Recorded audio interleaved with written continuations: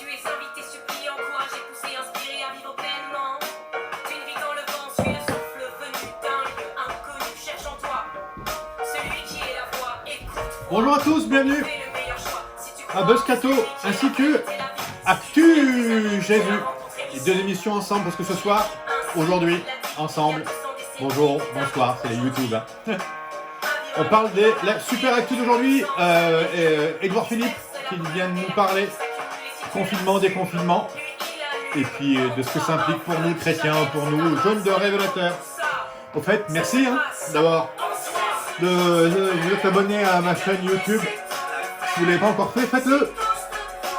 Et puis aussi, merci de nous rejoindre chaque soir sur Instagram, sur la chaîne du Père Jean-Marie Luc. Instagram, 21h, la prière chaque soir.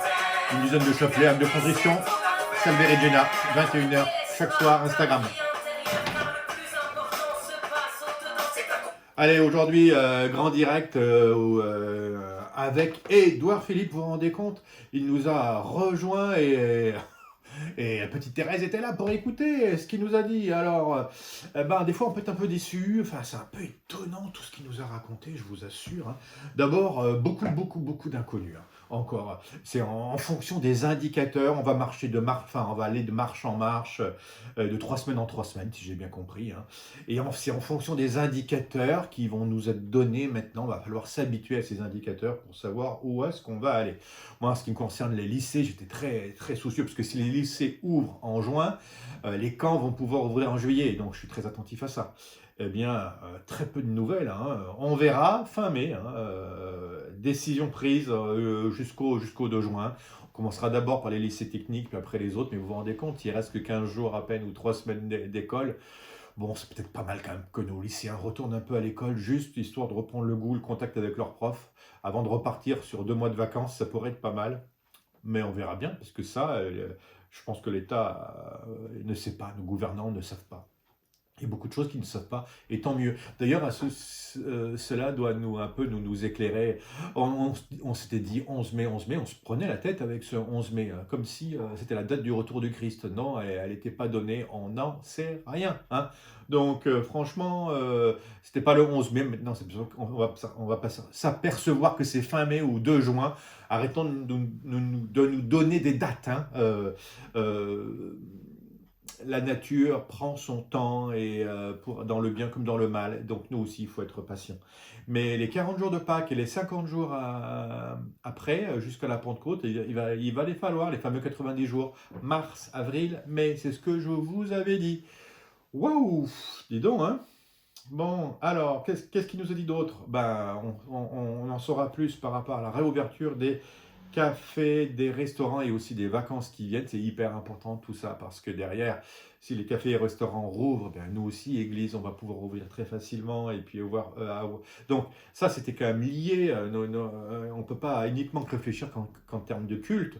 On vit, hein, l'église elle est sur le village et en face il y a un restaurant ou un café et il y a une mairie et il y a une salle de spectacle et il y a un petit musée et il y a tout ça. Donc on ne vit pas uniquement que dans notre bulle chrétienne, hein, une bulle qui nous ferait oublier que nos frères et sœurs sont là à côté de nous. Bon alors, en fonction des départements aussi, c'est le grand point qu'il a voulu reprendre. Alors il y aura les départements verts et les départements rouges. Ça, c'est tout à fait nouveau. Et donc, moi, je pense à l'Oise, là où j'habite, par exemple. Alors, donc, il y a un taux de contamination qui sera important, de savoir où est-ce qu'on est. La capacité d'accueil de ce département à l'hôpital. Et puis, c'est ce qui est sûr, c'est qu'ils vont essayer de nous décourager au maximum de nous déplacer entre départements, quoi. En gros, le but étant d'être le moins mobile possible pour éviter que la maladie se déplace. Mais est-ce qu'un département comme l'Oise, qui a quand même beaucoup souffert et donc qui met quand même beaucoup de gens infectés, donc qui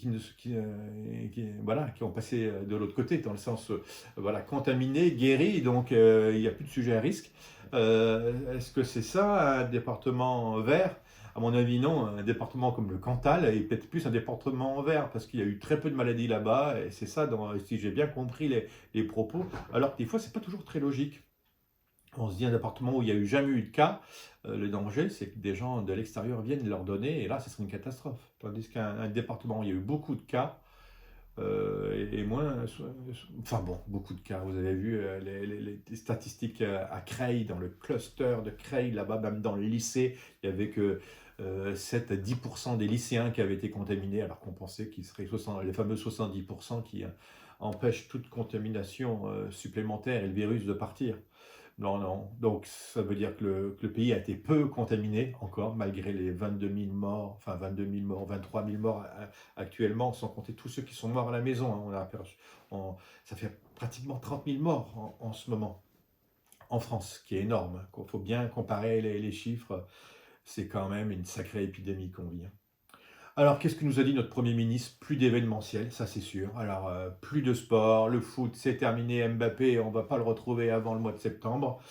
Alors, un événementiel, c'est de plus de 5000 personnes. Donc ça, c'est sûr. Tous mes amis producteurs de spectacles, je me dis heureusement qu'on a fait notre son et lumière l'année dernière, ici même, parce qu'on n'aurait pas pu produire de l'événementiel. Nous, on sait le faire. Produire de l'événementiel cette année, c'est impossible jusqu'au mois de septembre.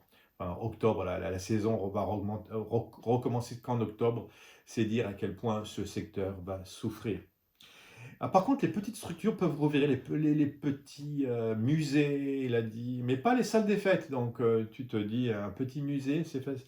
Donc, bon, voilà, nous, par rapport à nos tout petits spectacles d'été, il y a moins de 100 personnes qui viennent assister à nos spectacles d'été, puisqu'on est en création et on le livre limite aux parents et aux quelques personnes qui sont autour. Peut-être on va pouvoir créer cet été, mais c'est pas sûr. Nous, l'essentiel pour nous n'étant pas de créer un spectacle, mais vraiment de pouvoir continuer quand même l'éducatif dans la logique et dans la suite de ce qui pourra se faire dans les lycées. C'est pour ça que je suis très attentif à ce qui se passe dans les lycées. Vous êtes nombreux à me dire, alors les camps, qu'est-ce qu'ils vont devenir, juillet, août? Tiens, d'ailleurs, une info révélateur, là, en ce moment, vous qui me posez cette question tout le temps, ils auront lieu, j'espère de tout mon cœur, ce camp du mois de juillet, du mois d'août. Si jamais, parce que je sens que la barrière même du 24 juillet nous est parlé, nous est donnée là de plus en plus, les 15 premiers jours, voire même les 3 premières semaines de juillet sont extrêmement incertaines quant à la réalisation dans de bonnes conditions des camps. Donc on risque de faire chevaucher les camps de juillet et le camp d'août avec une semaine voilà, en commun. Sachant que la dernière semaine de juillet, c'est de monter des camps, monter le spectacle, et la première semaine de août, c'est de faire les castings. Donc c'est tout à fait possible. On s'oriente, mais bon, c'est pour ça que les dates ne sont pas encore fixes. On s'oriente vers un camp qui commencerait. Il devait commencer le 6 juillet, donc il commencera peut-être, sans doute, un peu plus tard. Si on y arrive, tant mieux, mais sinon, un peu plus tard. Et plutôt, voilà, et qui débordera un tout petit peu sur août. Et voilà. Bon, on en est là. Vous voyez, beaucoup de prudence. Les dates ne sont pas encore tombées, mais c'était pour commencer déjà que vous puissiez y réfléchir parce que vous avez été nombreux à m'interroger, hein. Alors, par rapport au lieu de culte, eh bien, qu'est-ce que nous a dit notre Premier ministre? Eh bien, ils pourront rester ouverts, donc ça, ce qui prouve qu'il ne faut pas que les curés ferment leurs églises. Vous pouvez aller prier devant le Saint-Sacrement dans vos églises, prier Jésus Eucharistie. Il y a encore Jésus dans vos églises et il faut qu'elles restent ouvertes. C'est le Premier ministre qui nous l'a dit, donc c'est quand même le comble, hein. Mais sans cérémonie jusqu'au 2 juin, avril, mars, avril, mai. Donc, hein, 3 mois, jusqu'au 2 juin, aucune cérémonie. Et puis, il parlait de rassemblements autour, il a parlé de 10 personnes. Enfin, vous voyez, le but étant de vraiment pas se réunir à beaucoup. Et vraiment, il y aura très peu de regroupements pendant ce mois de mai, même si les écoles primaires pourront recommencer à rouvrir de temps en temps. Bon, c'était Buzzcat Cato, je réagis et voilà, je vous fais un petit commentaire tel que je l'ai entendu. Peut-être que c'était faux. Je vous ai peut-être dit des âneries. Moi, je ne suis pas un politique ni un grand analyste. À vous d'aller réécouter notre Premier ministre et après faire vos commentaires. Alors, le plus étonnant, c'est que le commentaire de l'Évangile correspond tout à fait aujourd'hui à... Enfin, éclaire l'actualité. Il y a une foule que je vous ai représentée là, vous êtes avec la foule, et puis Jésus qui est derrière. Je l'ai mis dans une barque avec ses disciples pour qu'ils puissent bien parler à la foule et qu'ils puissent bien tous l'entendre. En ce temps-là, la foule dit à Jésus, « Quel signe vas-tu accomplir pour que nous puissions te voir et te croire ?» Je vous mets à la place de la foule. Vous voyez, c'est Jésus qui vient voir, Jésus qui est là, puis qui vient voir la foule. des, des gens. Alors j'ai mis des femmes, vous avez remarqué, parce qu'on m'a dit, oh, mais il y a que des hommes. Non, non, non, hein, voilà. Alors quel signe tu nous donnes, hein?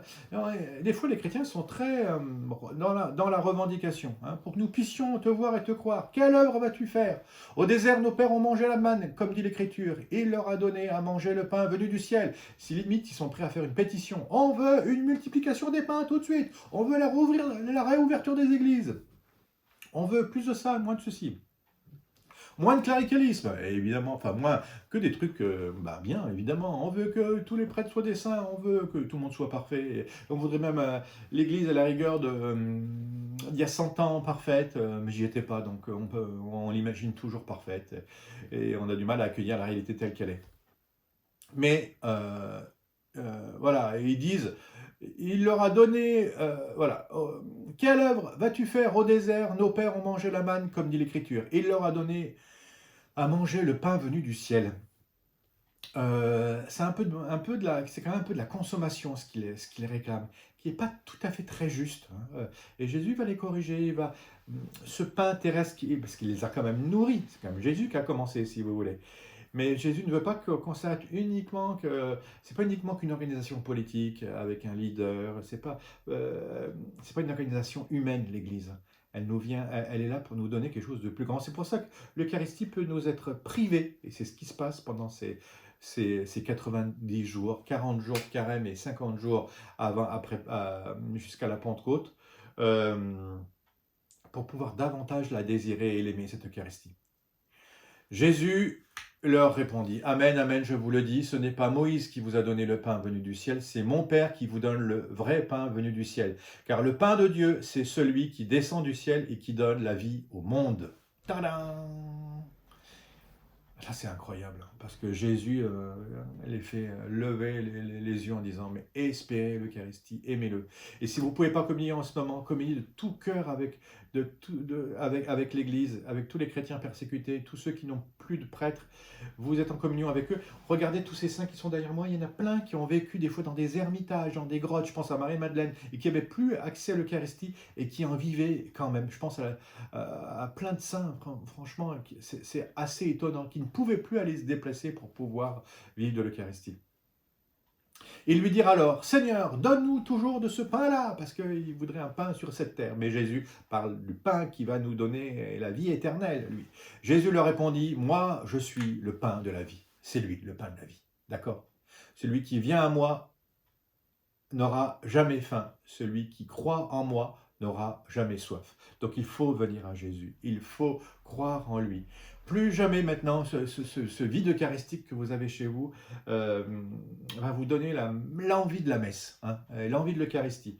Il ne faut plus qu'on entende lorsqu'un jeune garçon qui fait sa prépa ou qui veut faire des grandes études, lorsqu'il vient dire à ses parents cathos, moi Jésus m'appelle pour délivrer l'Eucharistie et les sacrements à mes frères, il ne faut plus qu'on lui dise, ah non, finis tes études d'abord, ou bien fais ceci, fais cela, je ne sais pas, des fois on entend, ah, absolument pas, je ne veux pas un prêtre, ça serait quelle honte. Mais on entendait ça parfois, hein, ces derniers temps.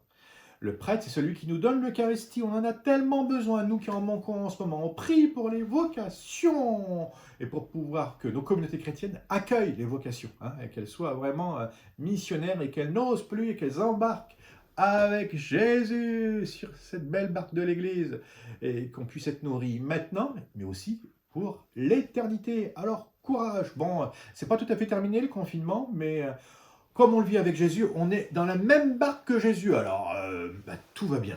Hein? Ouf! Merci de m'avoir suivi. À très bientôt, ce soir 21h sur Instagram. À bientôt.